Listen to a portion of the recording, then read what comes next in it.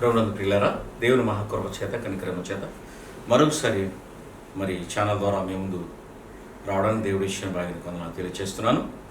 ఈ సమయంలో వాగ్దాన దేశము అనేటువంటి టైటిల్ని మనం ధ్యానం చేయబోతున్నాం ప్రియులారా.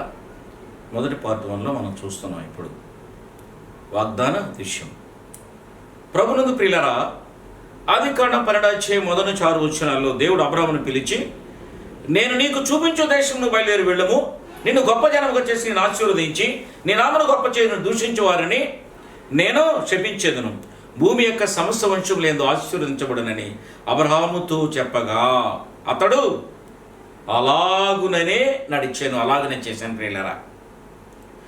అయితే దేవుడు కల్దీల దేశం నుంచి అబ్రహాము రప్పించాడు.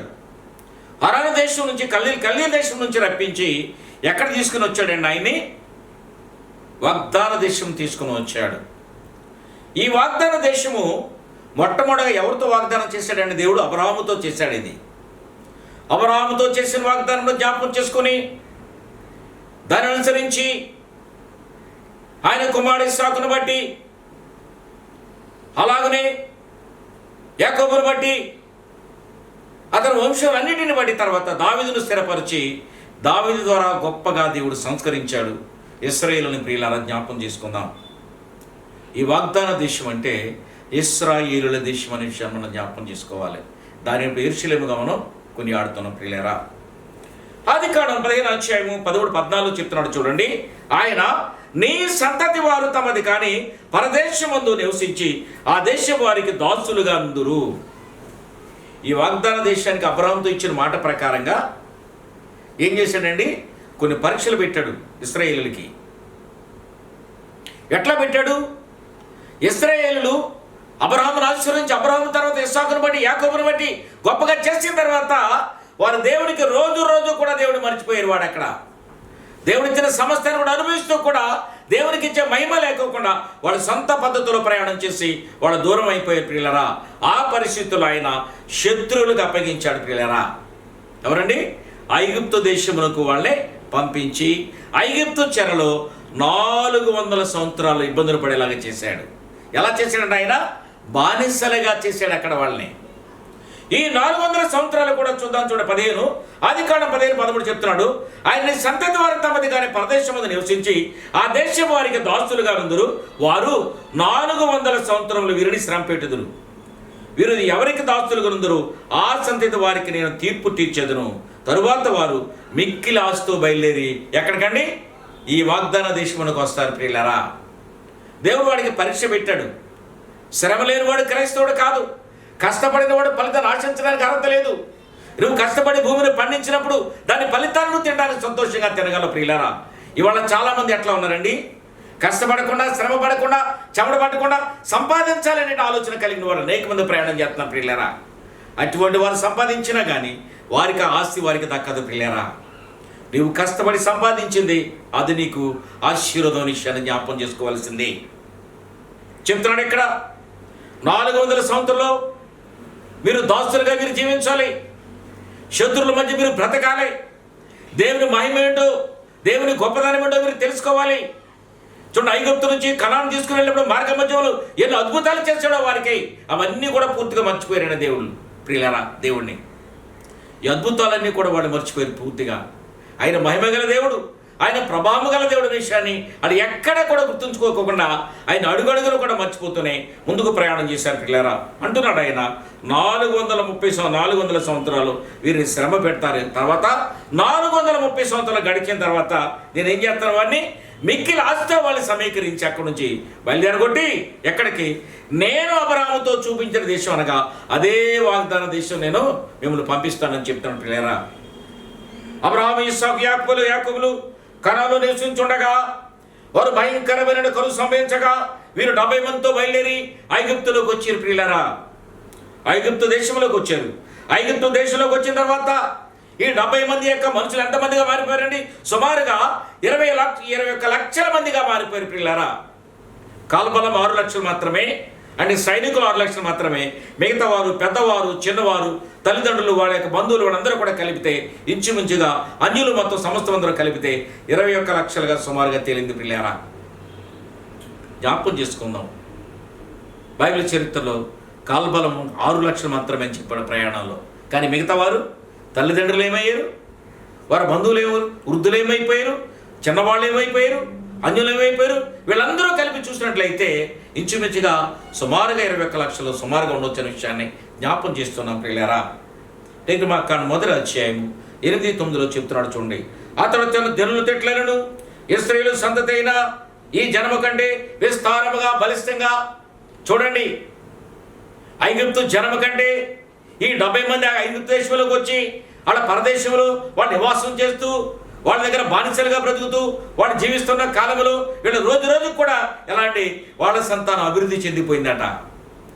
లక్షల కొద్ది జనాభా పెరిగిపోయింది పిల్లరా. అదే క్రమంలో ఆలోచన చేశాడు అబ్రహాము, చూడండి, ఇస్సాకు, యాకోబు, అలాగే యోసేపు, వీళ్ళ క్రమాన్ని జ్ఞాపకం చేసుకున్నాడు దేవుడు. అబ్రహాముతో చేశాడు వాగ్దానం, ఇస్సాకుతో వాగ్దానం చేశాడు, యాకోబుతో వాగ్దానం చేశాడు. చూడండి, అదే యోసేపును వాడి స్థిరపరిచి యోసేపును ఐగుప్తులో తీసుకుని వచ్చిన తర్వాత చూడండి అక్కడ అనేక మందిగా విస్తరించారు పిల్లరా. అయితే కాలక్రమేణా జరుగుతున్నప్పుడు యోసేపుని ఎరుగని రాజు ఐగుప్తులో అతడు రాజుగా మారినప్పుడు వీళ్ళకి శ్రమలు ప్రారంభమైనవి. ఎట్లా ఆలోచించాడండి? వీళ్ళు ఎంతమంది ఐగుప్తు నుంచి ఇక్కడ ఐగుప్తుకు వచ్చారు? వీళ్ళు ఆ దేశం నుంచి వాళ్ళ దేశం నుంచి ఇక్కడికి ఐగుప్తు ఎంతమంది వచ్చారంటే 70 మందిని లెక్కించారు. కానీ 70 మంది ఎంతగా మారారు? లక్షల మంది జనాభాగా మారిపోయారు. వీళ్ళు రోజు రోజుకి అభివృద్ధి చెందుతున్నారు కదా, వీళ్ళు బలస్తులుగా ఉన్నారు కదా, మంచి పరాక్రమం గల వారు ఉన్నారు కదా. వీళ్ళందరూ తిరుగుబాటు చేస్తే మరి ఐగుప్తు యొక్క జయించి ఐగుప్తు వాళ్ళ వశం అయిపోద్ది, మనం వారి దగ్గర బానిసలుగా మారిపోతామన్న భయము ఆ రాజు కలిగింది ప్రియులరా. ఆ భయాన్ని కలిగించింది దేవుడే. అయితే మన శత్రువులతో చేరి మనకు విరోధం యుద్ధం చేసినట్లయితే ఈ దేశం నుండి వెళ్ళిపోదురేమో అనుకుని ఆ రాజు ఏం చేశాడండి? కొత్తగా వచ్చిన యోసేపు రాజు ఏం చేశాడంటే వీళ్ళ మీద విపరీతమైన భారం పెట్టి, పనులు భారం పెట్టి, శ్రమలు పెట్టి, వీళ్ళ ఇబ్బందులకు గురి చేసి అనేక రకాల పనులన్నీ పురమాయించి వాళ్ళు ఇబ్బందులు పెడుతూనే ఉన్నాడు పిల్లరా. వాళ్ళు ఎంత భారమైన పనులు అప్పగించినా ఆ పనిని సమయం ప్రకారం అప్పగిస్తూనే వచ్చారు వీళ్ళ దగ్గర. ఆ శక్తిని సామర్థ్యాన్ని దేవుడు వీళ్ళకి అనుగ్రహించాడు. ఉదాహరణకి ఇశ్రాయేలు వారితో కఠిన సేవ చేయించారు. ఏంటా సేవ అండి? జిగటమండి పనిలో ఇటుకల పనిని, పొలములోని ప్రతి పనిలో కఠిన సేవ చేయించి వారి ప్రాణములను విసికించాడు ప్రియులారా. అయినా వాళ్ళు ఎక్కడ కూడా తొడకలేదు, బెడకలేదు, కానీ కన్నీరుతో దేవుని ప్రార్థించారు ప్రియులారా. అందులో ఉన్న పెద్దలందరూ కూడా దేవునికి విజ్ఞాపన చేశారు. తండ్రి అబ్రహాము దేవా, ఇస్సాకు దేవా, మీ అనురాగమే వాత్సల్యం మా మీద ఉంచుండి నాయన. ఇదిగో ఈ శ్రమల బారిన పడి నలిగిపోతున్నాము నాయన, మీ కృప, మీ కనికరమును మాకు విడుదల కలిగించమని చెప్పి వాళ్ళ కన్నీరుతో అనేక మంది ప్రార్థించగా చివరగా మరి ఇంచుమించుగా 430 సంవత్సరాల తర్వాత వారికి విడుదలకి దేవుడు తీర్మానం చేసుకున్నాడు. నిర్గమాకాండం మొదటి అధ్యాయం 15 చెప్తున్నాడు చూడండి. ఐగుప్తు రాజు షెఫ్రా పూయు అనే హెబ్రీలో మంత్రసానులతో హెబ్రీ స్త్రీలకు మంత్రసాని పని చేయవారిని కాన్పుల మీద చూచినప్పుడు మగవాడి నిలవాని చంపుడి అని అతను ఆజ్ఞ ఇచ్చినప్పుడు, ఆ మంత్రసానికి ఆజ్ఞ ఇచ్చినప్పుడు వాళ్ళు లోపలనే వాళ్ళకి కనేయడం, వాళ్ళు మంచి ఆరోగ్యంగా ఉండడం, వాళ్ళని చూడగానే వీళ్ళకి దయ కలగడం, ఆ బిడ్డలు వీళ్ళు ఏమీ చేయకుండా చేయని పరిస్థితి కలిగించినప్పుడు ఐగుప్తు రాజు చేశాడండి, మంత్రసాన్ని పిలిపించి ఏంటి ఈ పరిస్థితిని అడిగినప్పుడు, అయ్యా వాళ్ళు హెబ్రీ స్త్రీలు చాలా చురుకైన వారు, ఆరోగ్యవంతులయ్యా, మేము వాళ్ళ దగ్గరికి వెళ్ళే లోపలనే వాళ్ళే కనేస్తున్నారనే విషయాన్ని వాళ్ళు విపులంగా తెలియపరిచారు పిల్లరా. కాబట్టి ఈసాడైనా 2 సంవత్సరాలు కలిగిన మగపిల్లలందరినీ కూడా తీసిపాడేయమని చెప్పి ఒక శాసనం తయారు చేశాడు ప్రియులారా. ఆ శాసనం ప్రకారంగా ఆలోచించినప్పుడు మరి మోషేను దేవుడు ఏర్పాటు చేసుకుని ఇశ్రాయేలులు ప్రజలు రక్షించడానికి ఒక నమ్మకమైన సేవకుడుగా, నమ్మకమైన నాయకుడిగా ఆయన అక్కడ పుట్టించాడు పిల్లేరా. అదే సమయంలో నిర్గమాకాండం మొదటి అధ్యాయంలో 2 చెప్తున్నాడు. అయితే పరో హెబ్రీలో పుట్టిన ప్రతి కుమారుని నదిలో పారవేయడం చెప్పగానే చూడండి, మోషే పుట్టిన తర్వాత మంచి అందమైన వాడు, బాలుడు, శరీర సౌష్ఠం కలిగిన వాడు, సౌందర్యం కలిగిన వాడు. ఆ తల్లిదండ్రులు ఆ బిడ్డని పెంచడానికి చూడండి 2 సంవత్సరాల వరకు పెంచారు, కానీ తర్వాత పెంచలేక ఈ శాస్త్రానికి భయపడి ఆ బిడ్డను తీసుకెళ్ళి నైల్ నదిలో ఏం చేశారండి, ఒక జమ్ము పెట్టెలో పెట్టి విడిచిపెట్టారు పిల్లరా. లేవి వంశస్థుడు అమ్రాము, లేవి కుమార్తె ఎక్కిపెత్తు, వారిద్దరి కళ్ళ కుమారుడే మోషే. వాళ్ళిద్దరూ వివాహం చేసుకున్న తర్వాత వారికి సంతానం కలిగింది. పెద్దవాడున్నాడు అహరోను, వాళ్ళ తర్వాత మరి మిరియాము ఉంది సోదరి, తర్వాత మోషే పుట్టాడు. వీళ్ళ ముగ్గురు వారి సంతానం.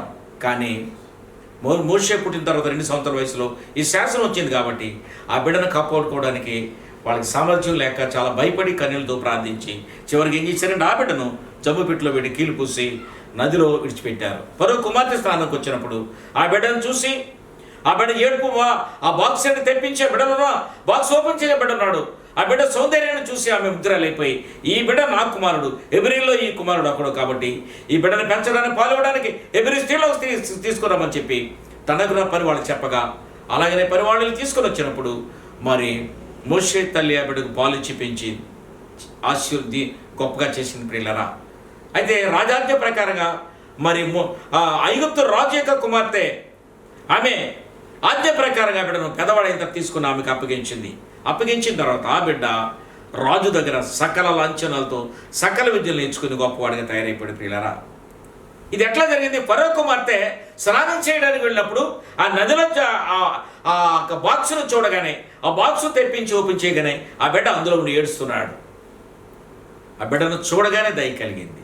ఆ బిడ్డను తన కోసం పెంచమని ఆ బాలుడి యొక్క తల్లిని రప్పించి ఆ తల్లికి అప్పగించింది. ఆమె పెంచి పెద్దవాడిని చేసి మరి ఫరో కుమార్తెకు అప్పగించింది. ఆ బిడ్డ పెద్దవాడైనాక ఆ బిడ్డను ఫరో కుమార్తె ఎదుగు తేగా ఫరో కుమార్తె ఆ బిడ్డను చూచి నేను ఈ బిడ్డను నీటి నుంచి తీశాను కాబట్టి ఈ బిడ్డకు నేను మోషే అని పేరు పెడతాను విషయాన్ని ఆమె ధృవీకరించింది ప్రియులారా.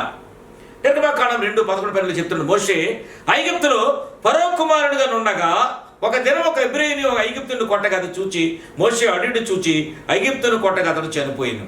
ఆ చనిపోయిన వ్యక్తిని ఏం చేశాడు? ఆయన ఆ ఇసుక మేటలో అతను పాతి పెట్టేశాడు. మరునాడు ఎబ్రీయులందరూ పోట్లాడుకుంటుండగా వారిని చూసి సఖ్యపరచడం మోషే అక్కడ ప్రయత్నం చేయగా అక్కడ వెళ్ళాడు.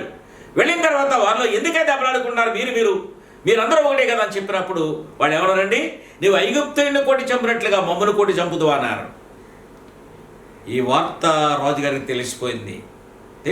వెంటనే రాజుగారు మోషేని పట్టడానికి మా మనుషు జనాగాన్ని పంపించాడు. మోషే అక్కడి నుంచి తప్పించుకుని మరి మిద్యాను దేశానికి తన యాజకుడైన మామ దగ్గరికి తప్పించుకుని వెళ్ళిపోయాడు ప్రియులారా. నిర్గమకాండం 3 అయితే మామ ఎక్కడున్నాడు? అతను మందరం మేపుతున్నాడు. ఎక్కడ? ఆ మందరం మేపుతున్న అక్కడికి వెళ్ళినప్పుడు ఆ మామతో పాటు మందరం మేపుతూ తను కూడా అక్కడ ఉన్నప్పుడు ఒక పొదలో అగ్ని మండుచుండగా ఆ పొద దగ్గరికి మోషే వెళ్ళగానే అక్కడ ఒక స్వరం వినపడింది ఆకాశం నుంచి, మోషే ఇది పరిశుద్ధ స్థలము, నీ పాదముల చెప్పులు విడిచి ఈ స్థలము రమ్మని చెప్పగానే అతను దూరంగా చెప్పులు విడిచే స్థలానికి రాగానే అక్కడ పర్వతం మీద ఏం జరిగిందంటే ఒక పొద మండుచుండగా పొదలో దేవుడు మాట్లాడుతున్నాడు. ఏమన్నాడు? నీ చెప్పులు విడిచిర్రా అని మోషేని పిలవగా చిత్తం ప్రభు అన్నాడు. నేను నీ తండ్రి దేవుడను, అబ్రహాము దేవుడను, ఇస్సాకు దేవుడను, యాకోబు దేవుడని వివరంగా చెప్పాడు. అయ్యా నీవు నాయనా నువ్వు ఎన్ని విధంగా చెప్పినా కానీ నేను చూడాలి, నీ పేరేంటో నాకు వివరంగా చెప్పను అడిగినప్పుడు అప్పుడు వివరంగా చెప్పానప్పుడు అప్పుడు చెప్తున్నాడు, నా పేరు యెహోవా, ఇదే మొట్టమొదటిగా నేను డిక్లేర్ చేస్తున్నాను. నీ పితరులకు ఎప్పుడైనా చెప్పలేదు. అబ్రహాము దేవుడు, ఇస్సాకు దేవుడు, యాకోబు దేవుడు, యోసేపు దేవుడే తప్ప నా పేరుని ఇంతవరకు కూడా నేను అనౌన్స్ చేయలేదు విషయాన్ని నీకు మాత్రం తెలియజేసిన విషయాన్ని తెలియజేశాడు ప్రియులారా. అప్పుడు అన్నాడు ఆయన, ఐగుప్తులో నా ప్రజలు నా ప్రజలని ఇశ్రాయేలు పడుచున్న బాధలు వారి దుఃఖములు నాకు తెలిసి కాబట్టి వారి కన్నీళ్ళని తుడుస్తా, వారిని రక్షిస్తా, వారిని ఆ దేశం నుంచి వాగ్దాన దేశమునకు అబ్రహాముతో నేను నిబంధన చేసిన దేశానికి వారిని తీసుకుని వెళతా. కానీ తీసుకుని వెళ్ళటానికి వారికి నీవు నాయకుడు ఉండవలసిన విషయాన్ని జ్ఞాపం చేశాడు ప్రియులారా. అయితే ఆ దేశంలో ఎవరున్నారు అప్పటి కాలంలో? కనానీయులు, హిత్తీలు, అమోరీయులు, మోయాబీయులు, చూడండి, పెరిజీలు, హివీలు, యెబూసీయులు, వీళ్ళందరూ 7 జాతులు వారు అక్కడ బలమైన వాళ్ళు ఉన్నారు. అక్కడ వాళ్ళందరినీ కూడా తప్పించి ఆ దేశమును నేను మీకు అప్పగిస్తాను, నా ప్రజలను ఇశ్రాయేలుకు అప్పగిస్తాను, నీవు నాయకుడిగా ఉండి వారిని ఐగుప్తు నుంచి నువ్వు ఆ చెర నుంచి విడుదల కలిగించి ఈ దేశం నువ్వు తీసుకుందామని చెప్పినప్పుడు మోషే ఒప్పుకోలేదు. కానీ ఆయన తన ప్రత్యక్షతను, తన మహిమను, తన ప్రభావం చూపించి అనేక రకాల ప్రయత్నాలు చేసి ఆయన అప్పుడు మోషేను ఒప్పించి నాయకుడిగా ఏర్పాటు చేశాడు ప్రియులారా. అప్పుడు అన్నాడు, కాగారము ఇశ్రాయేలున ఐగుప్తులు పెట్టే బాధలు నేను చూస్తున్నాను, చూడండి నేను చూచి ఉన్నాను, నిన్ను ఫరో ఎదుగు నేను పంపుతాను, ఇశ్రాయేలు నా ప్రజలు ఐగుప్తులను తోడుకుని రావాలని కదా. నువ్వు రావాలి తప్పనిసరిగా, నా ప్రజల బాధలను చూశాను, వాళ్ళ కన్నీళ్ళు తుడుస్తాను, వాళ్ళకి నేను సాయం చేస్తాను, వాగ్దాన దేశంలో వాళ్ళని పంపిస్తానని చెప్పి మోషేతో చెప్పినప్పుడు మోషే తప్పనిసరిగా ఆయన అంటున్నాడు, ఆయన అయ్యా నేను ఎంతటి వాడును, శక్తి లేని వాడును, నోటి మాంద్యం కలిగిన వాడును, అయ్యా మాటలు కూడా పూర్తిగా రావు, జ్ఞానం నాకు లేదయ్యా, నేను అంతటి వాడిని కాదని చెప్పగానే సమస్తము కలిగి చేసిన వాడిని నేనే కదా, సృష్టి నా చేతిలో ఉన్నది కదా, కాబట్టి నా మాట వినమని చెప్పి ఆయన ఒప్పించినప్పుడు ఆయన తప్పనిసరి ఒప్పుకున్నాడు. ప్రియరా చిత్తగించుము నాయన అని చెప్పినప్పుడు అలాగనే అతడు ఒప్పుకున్నాడు. ప్రియులరా ఇది వాగ్దాన దేశం యొక్క మొట్టమొదటి ప్రయాణానికి ఒక మెట్టు. ప్రియులరా ఇది అబ్రాహాముతో చేసే నిబంధనను బట్టి, ఇస్సాకును బట్టి, యాకోబును బట్టి ప్రేమించి ఇశ్రాయేలును ఆశీర్వదించి గొప్పగా చేసి ఇశ్రాయేలు నా జ్యేష్ఠపుత్రుడు, నా జనాంగమని దేవుడు జ్ఞాపకం చేసుకున్నాడు. కాబట్టి ఆ యొక్క ఉద్దేశాన్ని బట్టి వాళ్ళ పడే బాధలు కన్నీరు తొడవడానికి ఆయన నాయకుడుగా మోషేని ఏర్పాటు చేసుకుని ఆయన ఆ యొక్క ఫరో రాజు దగ్గర పంపించాడు. ప్రియులారా ఫరో రాజు దగ్గర అనేక ప్రయత్నాలు చేస్తూ మోషే తన ఉద్దేశాన్ని, మన దేవుని వాగ్దానాన్ని తెలియపరిచినప్పుడు అతడు మరి సస్యములని అనేక ప్రయత్నాలు చెప్పి అనేక విధాలుగా చెప్పినప్పుడు కూడా వీళ్ళ ప్రయత్నం చేస్తూనే ఉన్నాడు. వాడు ఒప్పుకోకుండానే ఉంటున్నాడు. అలాగనే కొనసాగింది. ప్రియరా ఐగుప్తు బాధలను పాలు తెలుపు దేశమునకు మిమ్మల్ని తీసుకుని వెళతాను, కనాని, హిత్తీయులు, అమోరీయులు, పెరిజీలు, హివీలు, యోబేసీయులు వీరందరిని తప్పించి మీకు మంచి దేశాన్ని మీకు ఇస్తానని చెప్పి మరి ఆయన మోషేతో వాగ్దానం చేసినప్పుడు ఆ మాటను విని ఆయన వారిని ప్రపించడానికి వారిని ప్రయాణం చేయడానికి, ఏర్పాట్లు చేయడానికి ఆయన ఒప్పుకున్నట్లుగా చూస్తున్నాం. పిల్లరా ఇది మొదటి మరి యొక్క వాగ్దాన దేశం యొక్క మొదటి ప్రయాణం యొక్క మెట్టు. ప్రియులరా మొదటి పార్టు. దేవుడి మాటలు దీవించునుగాక. ఆమేన్.